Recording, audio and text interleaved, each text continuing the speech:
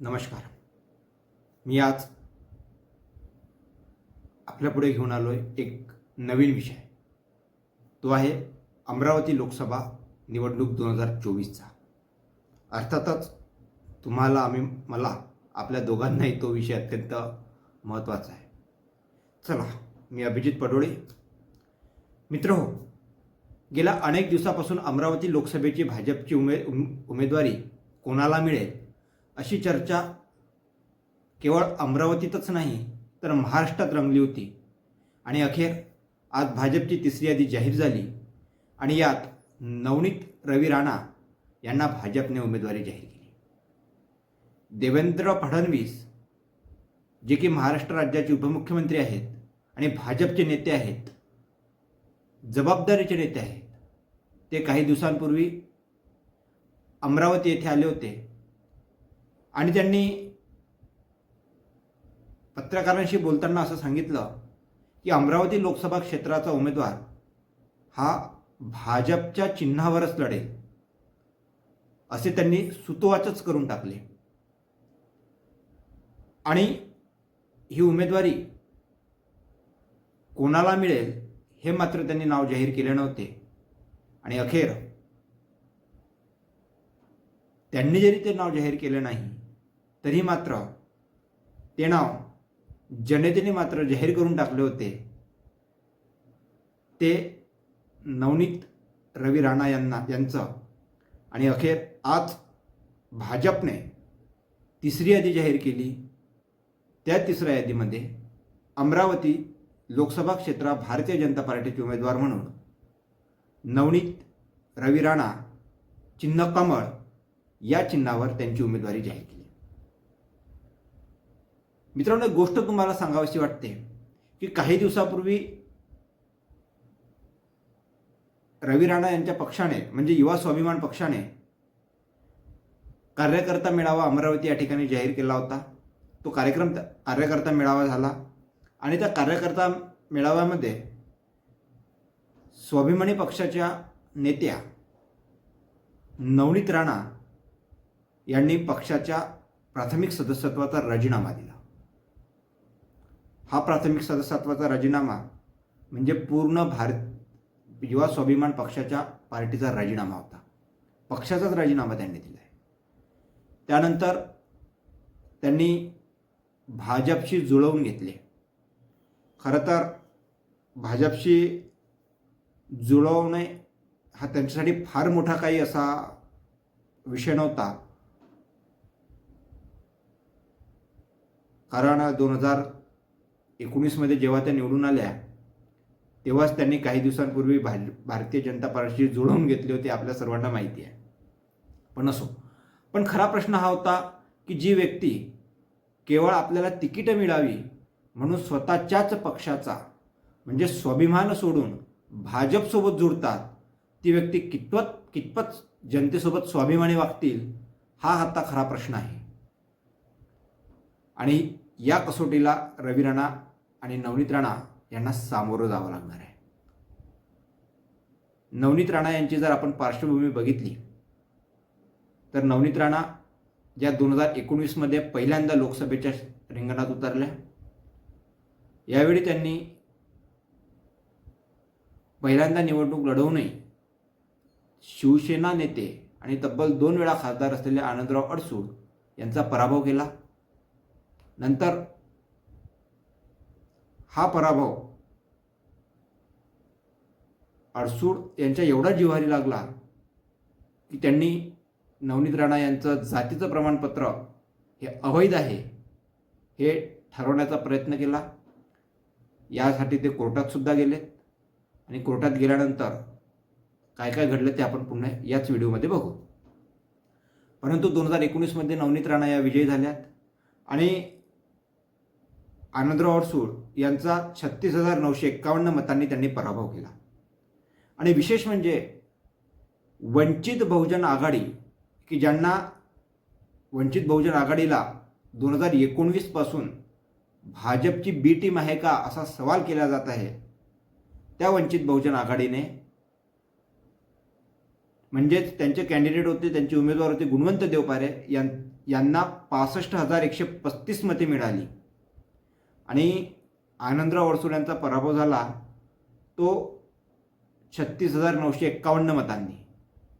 म्हणजे जवळजवळ दुपटीने गुणवंत देवपारे यांनी मतदान घेतलं आणि त्यांच्या मतांची आकडेवारी होती, टक्केवारी होती 5.85%.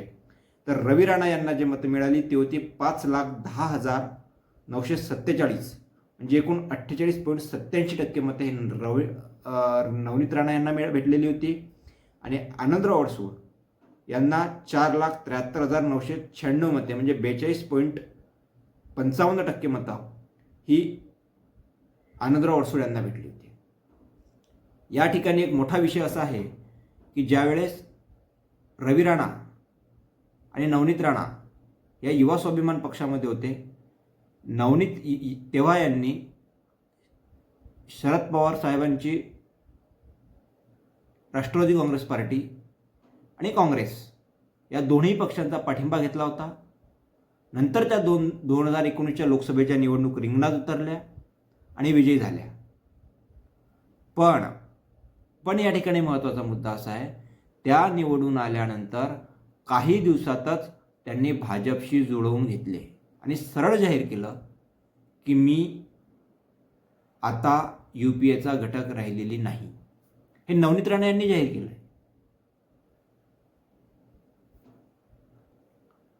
पण तरी आता एक मुद्दा हा येतोय की त्यांनी 2019 नंतर भाजपशी जुळवून घेतलं, त्या वेळोवेळी भाजपला सपोर्ट करत राहिल्या, पण तरीही नवनीत राणा यांना उमेदवारी देण्यासाठी इतका वेळ का बरं इतका वेळ घेतला गेला असेल?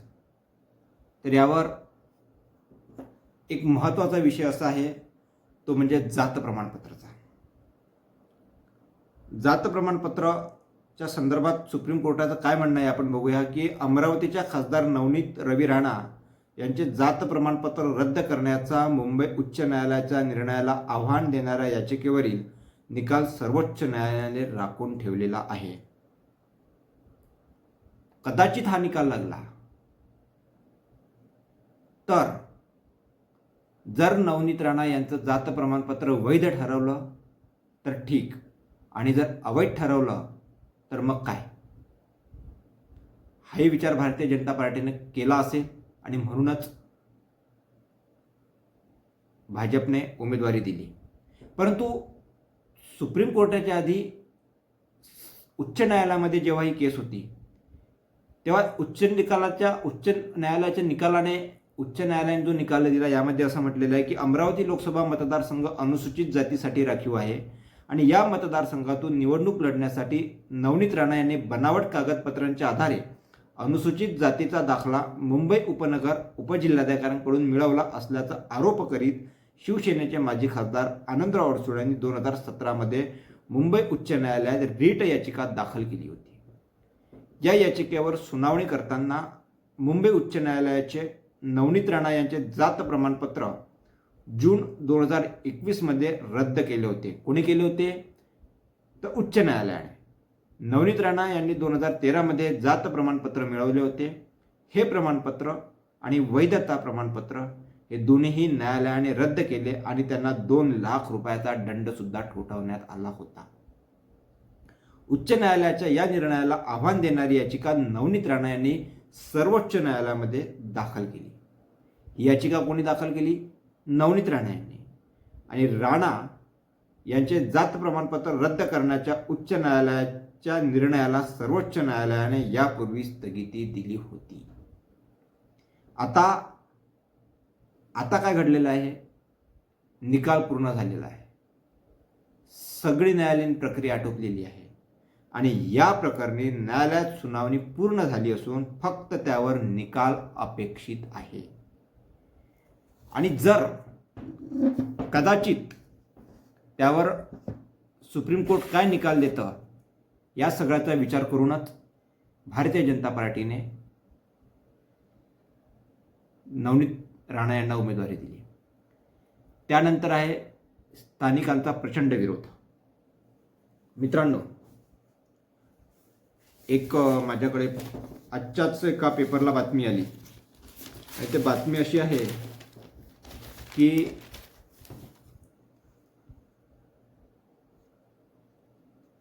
नवनीत राणांच्या खासदारकीला भाजपच्या स्थानिक लोकांनी प्रचंड विरोध केला आहे. यामध्ये नावं घेऊन तुम्हाला सांगतोय, नवनीत राणा यांना उमेदवारी देऊ नका.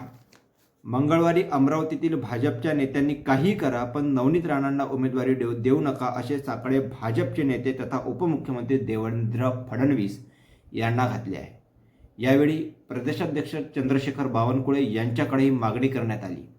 याच दरम्यान आता अमरावतीतील भाजपच्या नेत्यांनी काहीही करा पण नवनीत राणा यांना उमेदवारी देऊ नका अशी भूमिका घेतली आहे. भाजपचा उमेदवार हा कोर कार्यकर्ता असावा असं भारतीय जनता पार्टीच्या स्थानिक प्रतिनिधींचं म्हणणं आहे. त्याला निवडून आणण्याची जबाबदारी आम्ही घेतो हे सुद्धा भारतीय जनता पार्टीचे स्थानिक कार्यकर्ते म्हणत आहेत. आणि एवढं सगळं असल्यावरही देवेंद्र फडणवीस यांनी लोकसभेसाठी नवनीत राणा यांची उमेदवारी जाहीर केली, पण त्यांना विरोध कोणी केला. यामध्ये विरोध केला आमदार प्रवीण पोटे पाटील, जे की अमरावती जिल्ह्यातले भाजपचे नेते आहेत. नंतर किरण महल्ले या अमरावतीच्या महानगरपालिकेच्या मला वाटतं की महापौर की नगरसेवक असं कोणतरी होत्या, पण होत्या. तेव्हा वसुधाताई देशमुख या आपल्या राज्याच्या मंत्री होत्या, तेव्हाचा तो कालखंड आहे. त्यानंतर निवेदिता चौधरी यासुद्धा महिला नेत्या होत्या. आणि महिला नेते आहेत भाजपचे. विशेष म्हणजे तुषार भारतीय, ज्यांना आता विधान परिषदेवर पाठवण्यात आलं आहे. दिनेश सूर्यवंशी, प्रचंड युवा पिढी या व्यक्तीच्या मागे आहेत. शिवाय दिनेश सूर्यवंशी हे विद्यापीठाचे सिनेट सदस्यसुद्धा होते, आताही मला वाटते आहेत ते. शिवराय कुलकर्णी हे प्रवक्ते आहेत भाजपचे. त्यानंतर जयंत डेहनकर, चेतन पवार, किरण पातुरकर, रवींद्र खांडेकर, माजी महापौर चेतन गावंडे, नुकताच त्यांचा कार्यकाळ संपलेला आहे. त्यानंतर दीपक पोहकर, प्रशांत शेगोकार, सतीश करेसिया, लखनराज आदींचा समावेश आहे. आणि आजच्या बातमीमध्ये आहे विशेष म्हणजे भेटीअंती काय झाले याचा तपशील प्राप्त होऊ शकला नाही. आणि भेटीअंती काय झाले याचा तपशील जर तुम्हाला बघायचा असेल तर काल जी यादी जाहीर झाली त्या यादीमध्ये नवनीत राणांना भारतीय जनता पार्टीने तिकीट दिलेलं आहे. पण दुसराही असा विषय आहे की केवळ हा भाजपच्या स्थानिक लोकांचाच विरोध होता का, तर अजिबात नाही.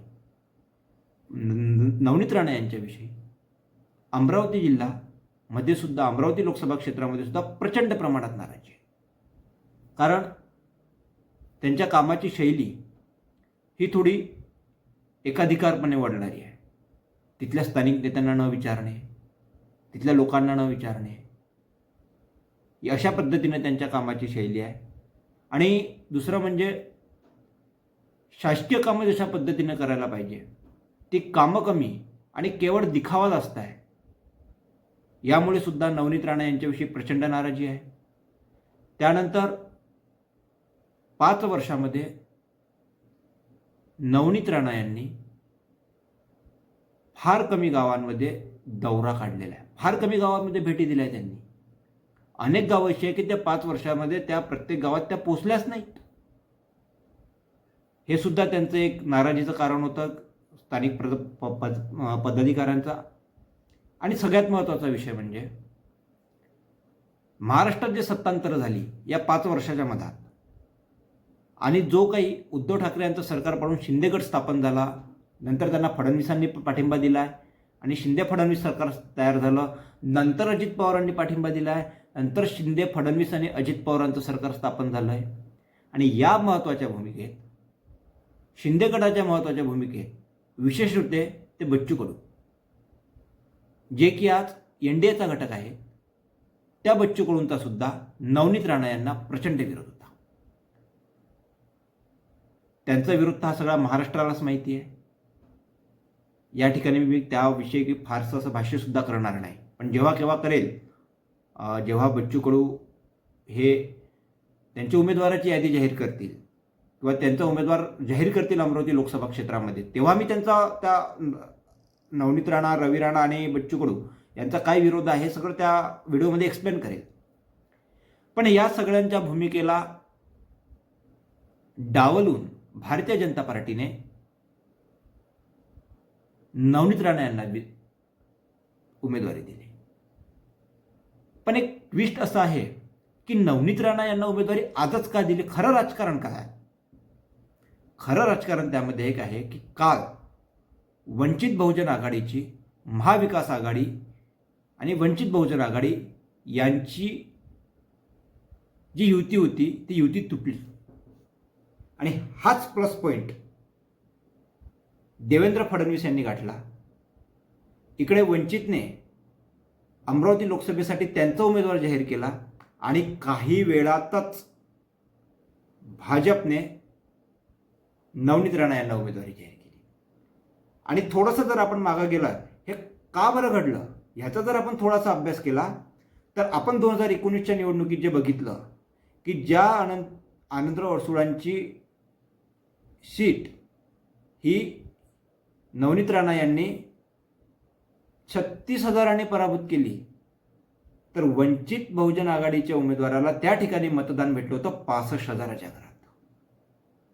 आणि हाच प्लस पॉइंट, हाच अभ्यास कदाचित देवेंद्र फडणवीस यांनी केला असेल. आणि जशी काल प्रकाश आंबेडकरांनी पत्रकार परिषद घेतली आणि त्या पत्रकार परिषदेत सांगितलं की महाविकास आघाडी आणि वंचित बहुजन आघाडीची युती समाप्त झाली, युती तुटली, त्याच वेळेस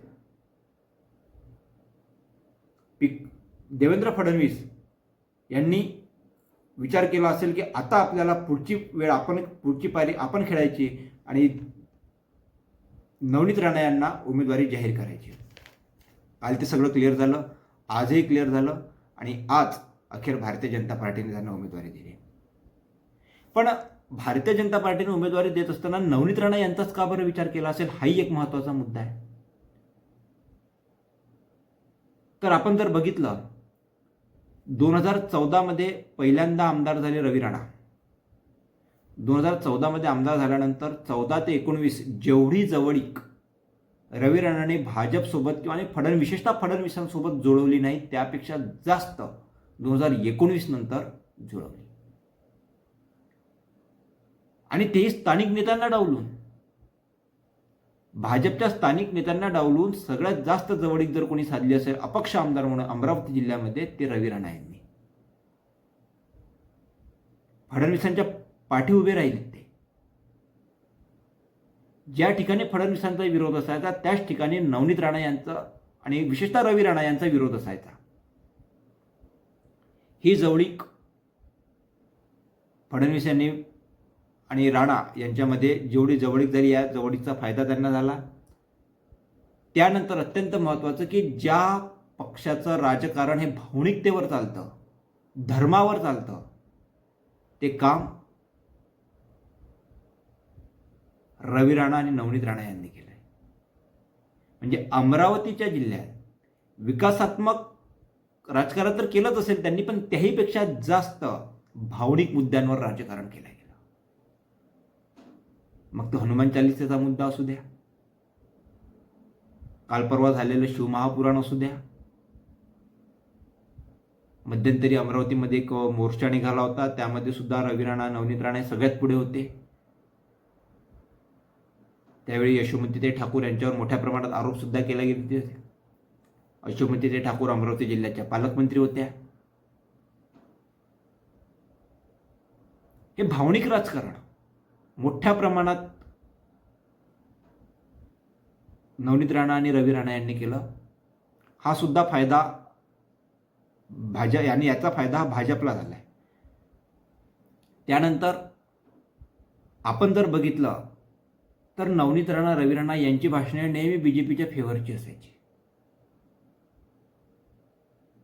त्यांच्या भाषणामध्ये युवा स्वाभिमान हा पक्ष कुठेच नव्हता आणि कधीच नसतो. नेहमी बीजेपीच्या फेवरची भाषणं राहायची त्यांची. हा सुद्धा प्लस पॉईंट होता. त्यानंतर अत्यंत महत्त्वाचा प्रश्न असा की भारतीय जनता पार्टीकडे त्या जातीचा अमरावती जिल्ह्यामध्ये उमेदवारच नाही, SC कॅटेगरीचा. जो पक्ष स्वतः म्हणतोय की देशातला सगळ्यात मोठा पक्ष भाजप आहे, मग त्या भाजपकडे एकही SC कॅन्डिडेट अमरावतीसाठी नव्हता. आयात करावी लागली यांना. तर हीच संधी भाजपने साधली आणि युवा स्वाभिमानने सुद्धा तीच संधी साधली आणि भारतीय जनता पार्टीने युवा स्वाभिमानचा युवा स्वाभिमानचे खासदार नवनीत राणा यांना आयात केलं, भाजपमध्ये प्रवेश दिला आणि कमळाच्या चिन्हावर निवडणूक लढवायला सांगितली. आणि त्याच्याही पुढचा एक भाग जर आपण बघितला, स्ट्रॅटेजी जर थोडी बघितली, कदाचित 2024 नंतर भारतीय जनता पार्टीचं सरकार आलं आणि अचलपूर जिल्ह्याची निर्मिती झाली आणि तो जर जिल्हा निर्माण झाल्यानंतर कदाचित महिलांना गेलं आणि महिला आरक्षणाचं बिलसुद्धा लोकसभा संसदेमध्ये पास झालेलं आहे आणि त्या कायद्यानुसार जर महिलांना आरक्षित अचलपूर मतदारसंघ गेला तर पुढच्या दृष्टीने सेक्युअर करण्याचं काम सुद्धा भारतीय जनता पार्टीने आजच केलं आहे. हा कॅन्डिडेट आज उभा केलाय, म्हणजे नवनीत राणे यांना आज उभं केलंय, उमेदवारी दिली आणि 2024च्या नंतर 2029ची जेव्हा निवडणूक येईल त्यासाठी सुद्धा भाजपने आजपासूनच म्हणजे पुढच्या 5 वर्षाचा विचार सुद्धा भारतीय जनता पार्टीने आजच केलाय. यानंतर अत्यंत महत्त्वाचा विषय असा आहे की तो प्रस्थापित राजकारण बीजेपीने सपशेल अमरावती जिल्ह्यात नाकारलंय, सपशेल नाकारलंय. कारण जी बीजेपी अमरावतीच्या बाहेर पोहोचली नाही अजून खासदारकीसाठी, त्या नेत्यांनी काय केलंय, त्यांना पक्ष वाढवायचा होता, तो पक्ष वाढवला गेला नाही आणि म्हणून बळजबरीने लादलेला नेता भारतीय जनता पार्टीने या ठिकाणी दिला आणि त्या पक्ष नवनीत राणांना या ठिकाणी उमेदवारी दिली.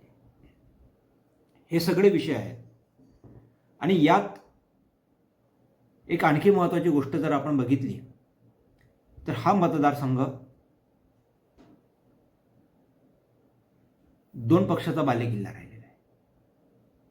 त्यातला पहिला म्हणजे काँग्रेसचा.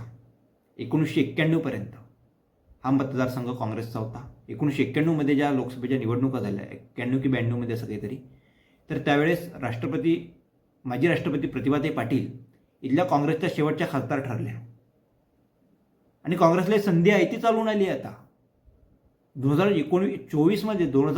1991 पासून 2024 पर्यंत या मतदारसंघामध्ये म्हणजे 2019 पर्यंत काँग्रेसच्या चिन्हावर कधी उमेदवार लढवला नाही.